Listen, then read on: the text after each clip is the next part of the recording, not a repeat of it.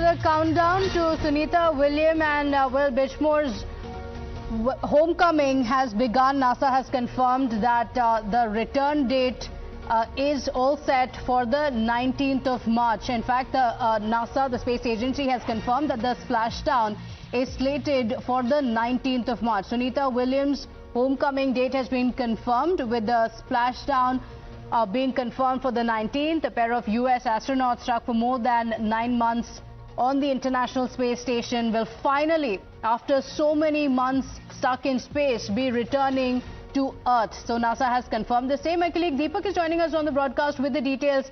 Deepak, it's been a very long wait, but now NASA confirming the splashdown, which will be on the 19th of March.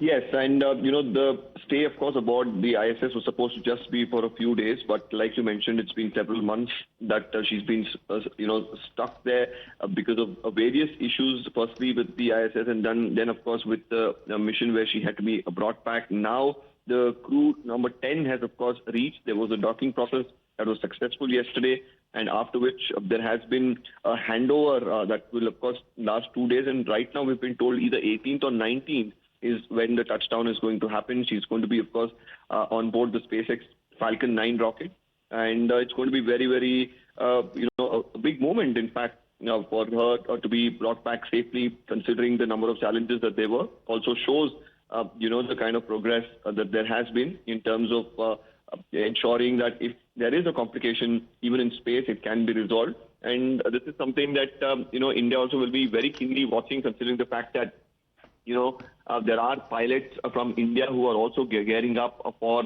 a mission to the ISS.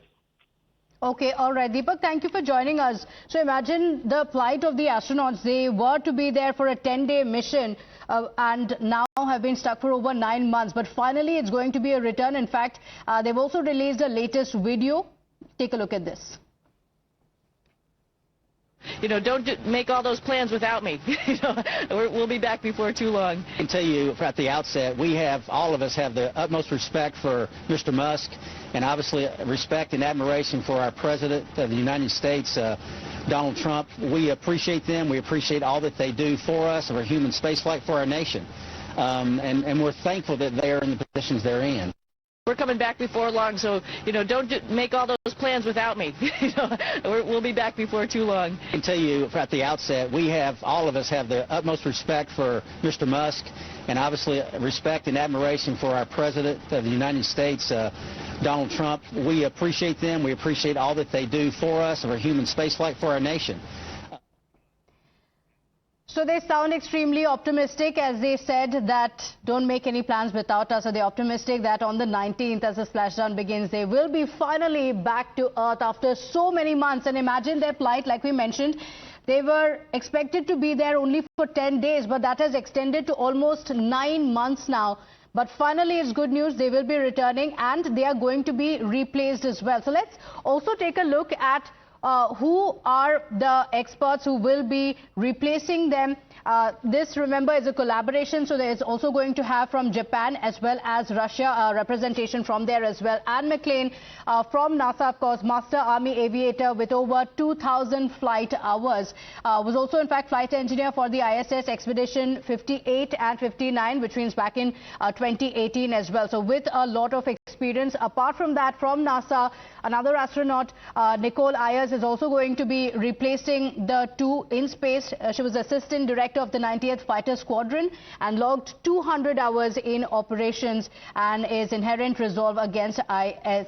In fact, let's also get you the details of those who are from the astronauts who will be representing Japan as well as from Russia as well.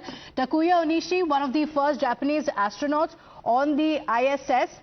So the mission or the show is going to continue and had also in fact taken part in the ISS expedition of 48 and 49, comes with a lot of experience. Similarly, Kirill Peskov as well from Russia, from the Russian Space Agency, selected as a cosmonaut in 2018 with no space flight experience, but has flown Boeing 757 as well as 767.